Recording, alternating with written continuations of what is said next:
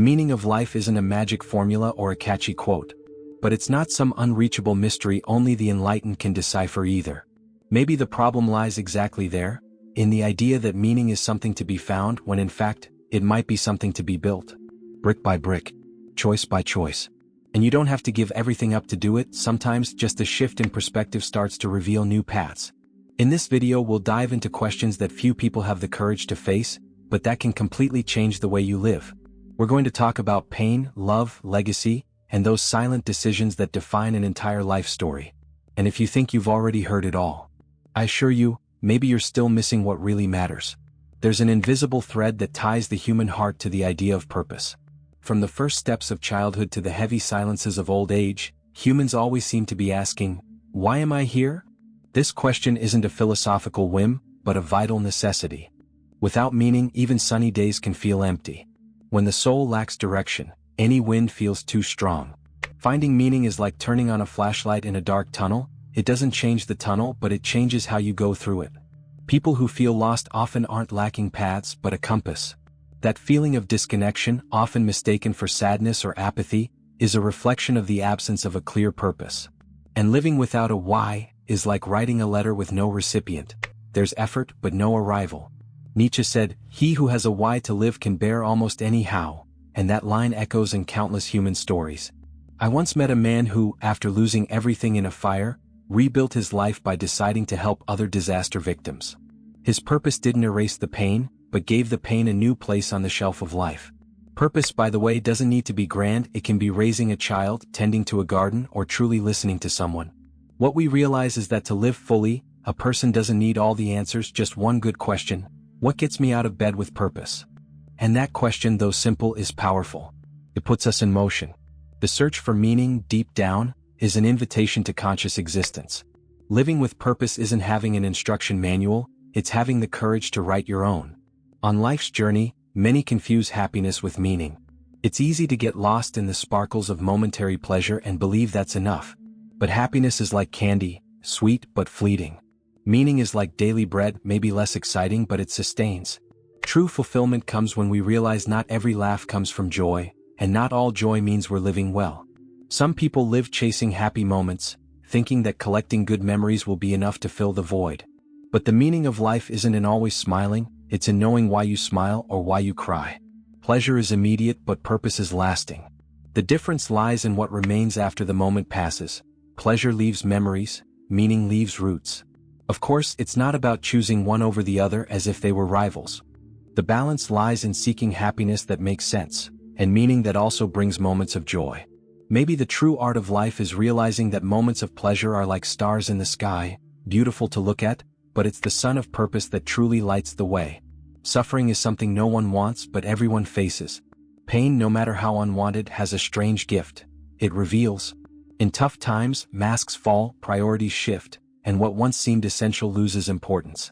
Suffering is like squeezing the soul. What comes out often surprises even ourselves. Life in those moments stops being just lived, it's felt raw. Challenges work like dirty mirrors that, when scrubbed by pain, begin to reflect who we really are. It's curious how only after a hard hit we learn to value a hug, an honest conversation, silence. Pain doesn't teach with sweet words but with raw truths. And even in its harshness there's wisdom. That's why so many say, "It was at rock bottom that I found the solid ground to start over." You don't need to seek pain, it finds us. But we can choose how to go through it, with revolt or with courage. And courage isn't the absence of fear, it's moving forward even while trembling. The biggest moments of growth often come with tears. And maybe that's why, after a long internal winter, we bloom more intensely. Because pain teaches, not through punishment but through depth. Love is perhaps the most universal language of existence. It has the power to turn pain into healing, chaos into meaning, emptiness into presence. To love and be loved is like finding shelter in the middle of a storm. When everything seems to collapse, it's love that keeps the structure standing, even if only inside.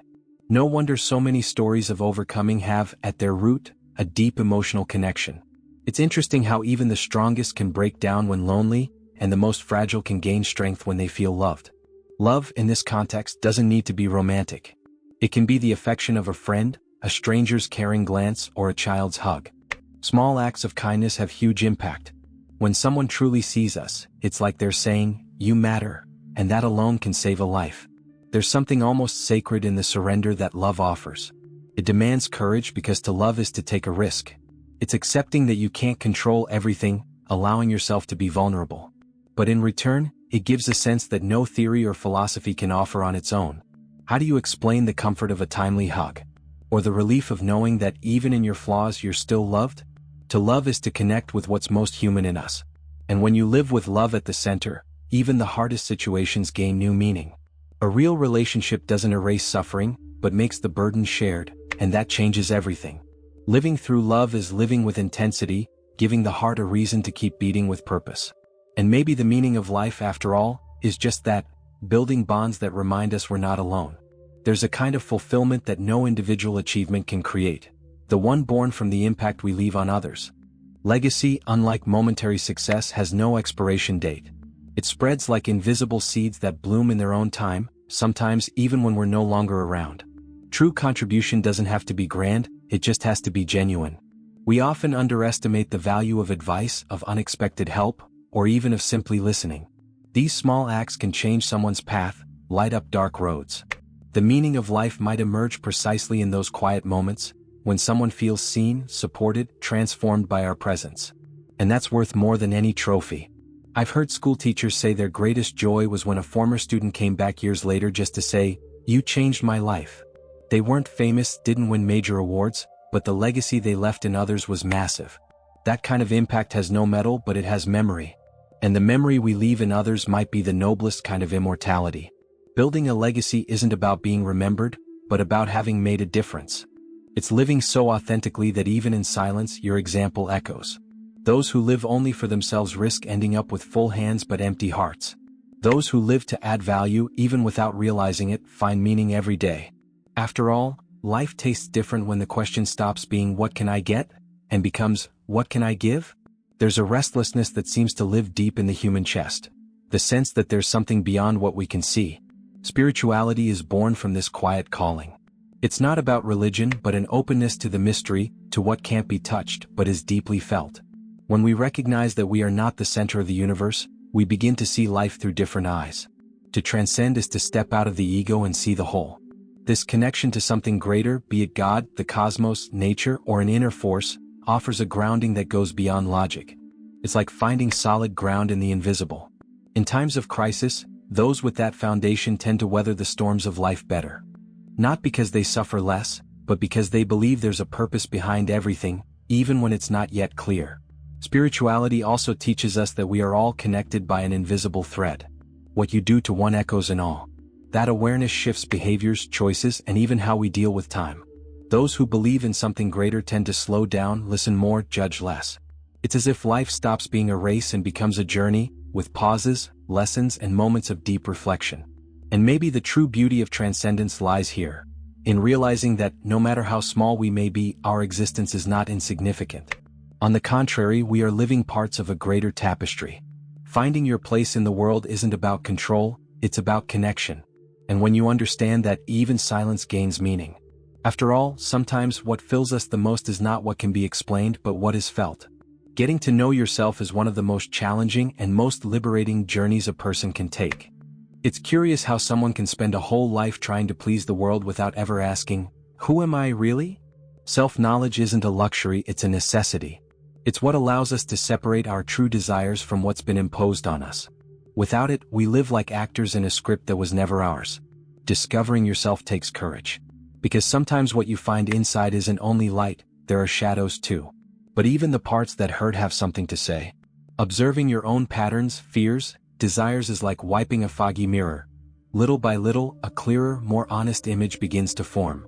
And when that image appears, many decisions begin to make more sense. That's where inner coherence is born. A simple but powerful practice is journaling. Writing what you feel, unfiltered, can reveal truths even you didn't know were there. It's also worth diving into thought-provoking books like works by Viktor Frankl, Carl Jung, or more contemporary titles on emotional intelligence. Meditation, therapy, and deep conversations with trusted people can also help on this inner dive.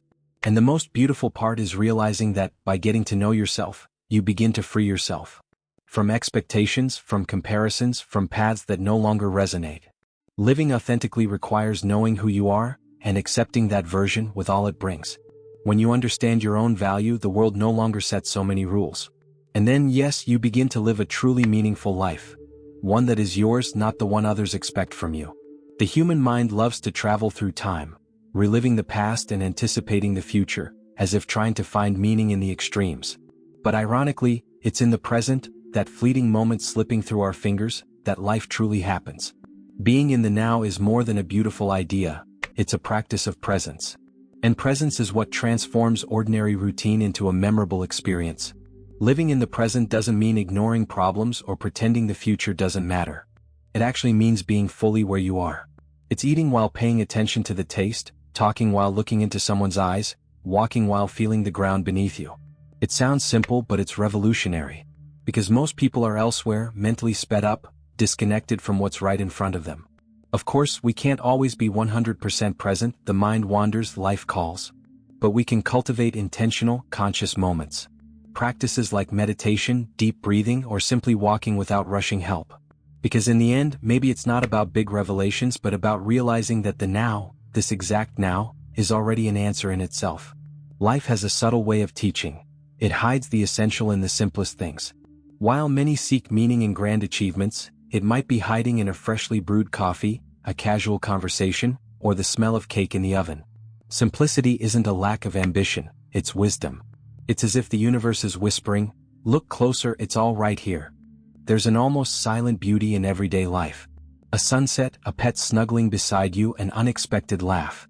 When you live with attention, you realize these moments have more depth than 1,000 promises of future happiness. And it's not that simple life is perfect, it just shows itself without makeup, and that's what makes it so real. Many people only discover this after a loss. A job, a person, a season of life. And then they look back and realize the happiest days were those when nothing important seemed to be happening. A walk in the park, a surprise phone call, a shared silence. The meaning of life often lives in those unpretentious details that rushing tends to trample over. Seeking simplicity is, to some extent, an act of rebellion. In an age that idolizes excess, choosing the essential is revolutionary. It means giving up the noise to hear what truly matters.